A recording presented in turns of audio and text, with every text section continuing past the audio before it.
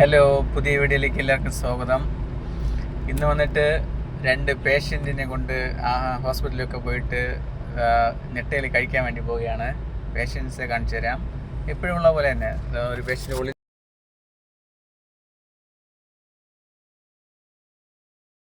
ഇത് രണ്ടാമത്തെ patient Albin bro. പിന്നെ ഞാൻ ഡ്രൈവിങ്. ഈ സീറ്റ് ആർക്കും ഞാൻ കൊടുക്കില്ല. നമ്മളെവിടെ പോയാലും ഈ സീറ്റ് എനിക്കുള്ളതാണ്.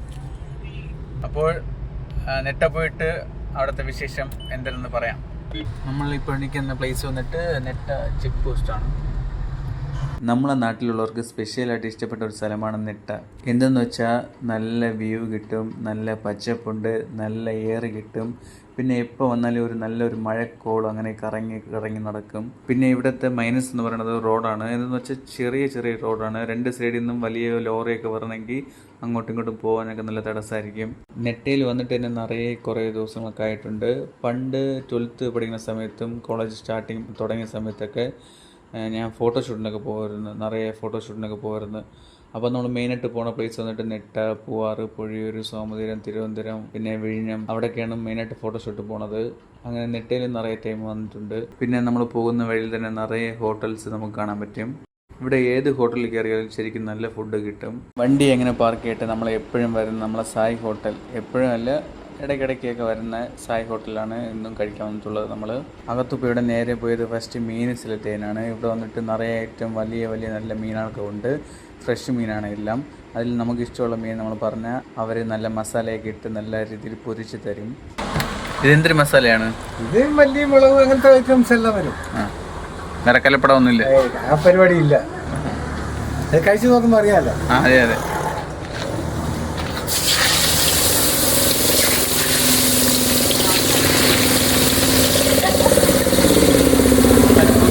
എന്തൊരു മീനാണ്? എന്തൊരു മീന്? യൂട്യൂബിൽ അന്ന് ഇപ്പോൾ ഫേമസ് ആയി നമ്മളെ ഇവ വന്നതോടെ.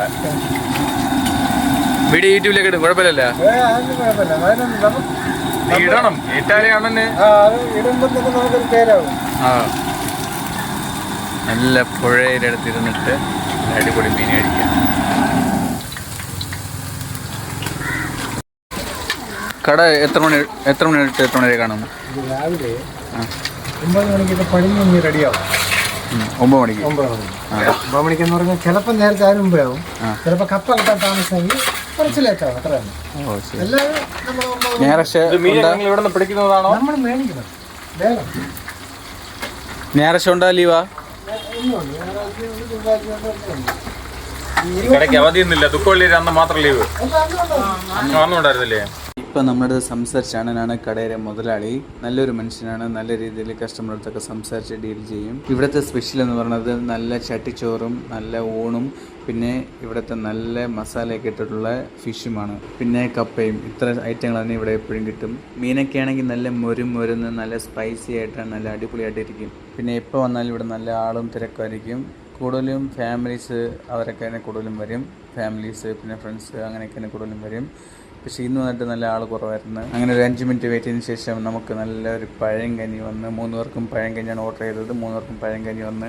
ചട്ടിച്ചോറ്, പഴനീൻ്റെ കൂടെ കിട്ടുന്നത് പൊരിച്ച കരുവാട്, മുളക് പൊരിച്ചത്, സ്പെഷ്യൽ ചമ്മന്തി, മാങ്ങാച്ചാറ്, പിന്നെ കൂട്ടുവെച്ച ഒരു ചെറിയൊരു മീനും അതിൻ്റെ കറിയും.